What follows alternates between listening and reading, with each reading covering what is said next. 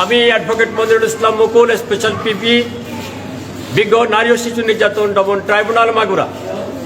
আপনারা সকল অবগত আছেন, মাগুরার চাঞ্চল্যকর আসিয়া হত্যা মামলার বিচার কার্য চলছে। আজকে আসামিদের 342 অর্থাৎ আসামি পরীক্ষার জন্য দিন ধার্য ছিল।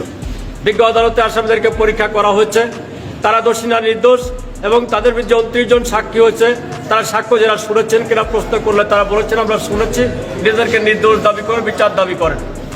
এবং আমরা রাষ্ট্রপক্ষ থেকে তারা ছাপাই সাক্ষী দেবে কিনা এই মর্মে প্রশ্ন করলে তারা ছাপাই সাক্ষী দেবে না মর্মে বিজ্ঞ আদালতকে জানান।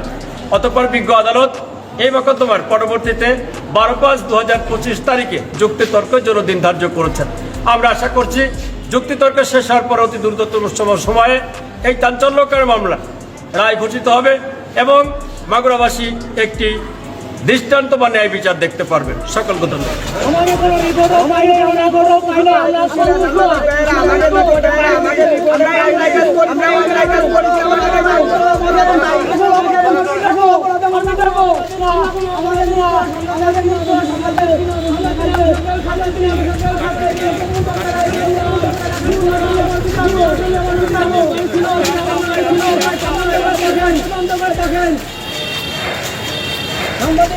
সাংবাদিক ভাইরা অপরাধী না, অপরাধী না, আমার